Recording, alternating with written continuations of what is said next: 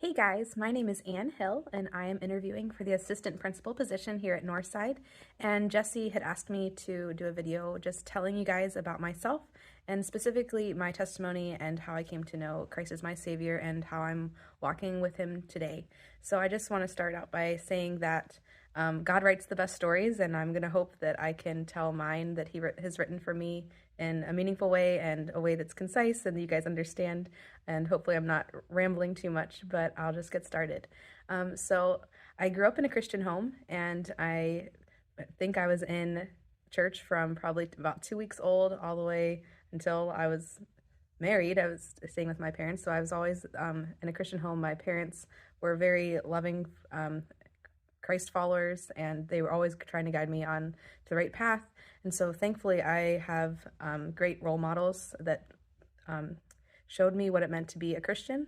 And I actually was able to make a profession of faith. I understood that I was a sinner and that I needed Christ to save me at a young age of 6 years old, and that it was nothing that I could do, but it was all Him. That He died for me, He died for all people, and that I was able to accept that free gift of salvation. And so at age of 6, I had confessed with my mouth that He was Lord, and I believed in my heart that He would save me from my sins. And so I wish I could say that I had no doubts ever in my life. But unfortunately, I did have a teacher, actually, my third grade teacher. I teach third grade at Northside right now. My third grade teacher, she actually said to one day, she's like, you made that mistake. Are you sure you're saved?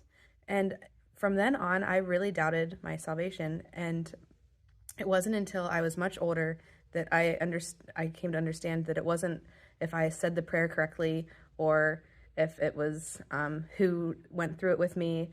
It was just that if I had made the decision to completely turn from my sin and I was following God and I wanted to do the next right thing, and that I realized that it was nothing I could do and He saved me, that yeah, I was saved. And yes, I was going to make mistakes, but it took me a really long time to understand what that truly meant. I would also like to mention that Pinal Bible Camp and the people there have played a huge role in my walk with Christ and the mentorship that I've been able to have with the leaders there. From a young age, as from third grade all the way through high school, I was a camper. And once I was 14, I actually started working at Peniel in the kitchen, on the custodial staff, and then I worked my way up to where my position is now as the registrar and office manager. And the coolest thing about my job right now is I get to talk to parents, but I also, during the weeks of camp, I get to talk to the counselors, especially the female staff. And especially because I'm not in the cabin, and I do miss it, I get to talk to the counselors, and they'll bring their problems. Like, hey, I have a kid in my cabin, and they're having this specific issue. What can you do to help me? Or what would you do if you're in this situation? Or I just need someone to pray with me. And I get this really cool opportunity to talk to them just as people in my life did with me. And I just thank the Lord so much that I have that opportunity. And it's also the place that I met my husband, Wes. So we were both counseling during the summer of 2011, excuse me. And we were on the same team, and I really didn't know much about him at all, but God knew, and He allowed us to do a couple things together during the summertime, and then also then in the fall, and we started dating. So I would never have met him if we wouldn't have been on staff at Peniel. And so then about 5 years later, we got married, and so I mentioned that my parents had me in church from when I was born. And I can thankfully say that it's also still a huge priority for us to be in our local church as much as possible, even though we might miss a Sunday here and there, but we really need that community with our fellow believers, and we need that accountability. So when we first got married, we were at Heartland Baptist Church, and that was in Marysville, Ohio, and we jumped in newlyweds, and we jumped in, I think we bit a little bit off, sorry, we bit off more than we could chew there. And we just started, me with piano, with helping in the nursery, Wes with teaching the teens, and then we were teaching the Awana clubs on Wednesday night. And we just jumped in when we loved it. We absolutely loved it. We were living not too far away from the church when we first got married. And we were there whenever we could be. We wanted to see the people, we wanted to be with the kids, and we just loved it. And about 4 years after that, we had actually moved. We had built a house in Delaware, and it got to be a lot. We still wanted to serve, and we didn't know exactly what was going to look like because we had to step away from a few things just because we didn't have the time commitment that we could make with that and do a good job of it, because we didn't want to do just showing up and not being prepared and just going through the motions. We really wanted to be understanding of what the people needed, and we were really burdened about that. And so we actually went to our deacons and our pastor and we said, hey, we're struggling with this. What are your suggestions? We have never gone to another church since we've been married. I never had gone to any other church other than the one that I grew up in my whole life.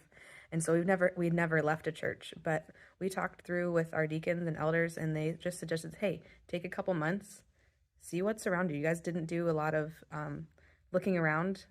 Take that time to do that. And that was some of the best advice we had ever gotten, because again, that church we loved, but they weren't local to us. And so we weren't really loving our local church. And within that, we gave ourselves a timeline of 6 months, and we went to a bunch of different places. We looked to see what we liked, what we didn't like, were they biblically sound or not. And it was almost, I think, 2 weeks before that deadline, we ended up going to Columbus Bible Chapel, which is in Powell, and it's only 4 minutes from our house, which that was like the biggest plus ever. But we went there, and the fellowship that we have with the believers there is just so sweet.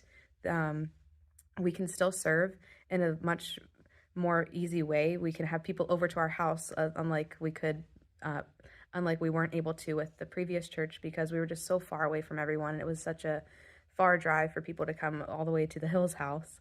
So just that we were so close to where we gather is just really exciting, because we can have people over quickly. We can have the college kids come. We can have the teens come for their Bible studies.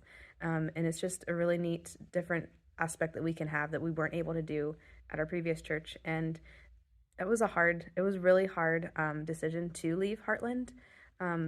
God taught us a lot through that we can still love each other even through that big transition. But I'm just thankful that he was faithful to us and with our desires, and that we can still serve. I'm still doing piano. Wes is still teaching sometimes, and he gives us the desires of our heart and when we're delighting in him. And we just thank the Lord so much that he's shown us that he's faithful in all of those things. I also wanted to end that it's not just good enough to go to church. If I'm not in the Word every day and talking to God and just making my personal relationship with him stronger and not seeking to know his will, then I can do nothing. I need to trust him, and hopefully I'm doing that. I try my best. Wes and I, we go through studies together each day, each night, and just trying to learn more about God, learn more about what he wants us to do, asking for him for his faithfulness, just to show us what he would have us do, and just trusting him. And sometimes I want to do the thing that I want to do, and that's not the right thing. And just allowing him to work through me. And again, not that it's me doing anything, but that it's all him. He does everything, that I can just that he works through me as a vessel. And I just thank him again that I have this amazing opportunity that he's allowed me to have. And that's the end of my testimony part. And now I'm sure some of you are asking, why you, Anne? Why or would you make a good assistant principal at Northside Christian School? And I can tell you, I've never done this before, but I have shown leadership in different roles throughout my life. I've been a leader at my previous employment of Toys R Us. I led there. I worked my way up through, started off just stocking shelves, and then by the time I was 19, I was running my own shift. And then before I was married, I was actually running I was assistant manager of the whole team. And just being able to collaborate with working under the general manager, and then I'm just helping him do what he needed to do, and then working with my own team, still with my shift wherever I'd be, just being able to collaborate on that, getting people that maybe don't want to work, maybe empowering them to do things that they didn't think they were capable of doing before, and helping them through that. And the thing I'm most excited about at Northside is I get to work with people that love God just like I do, and they love people just like I do.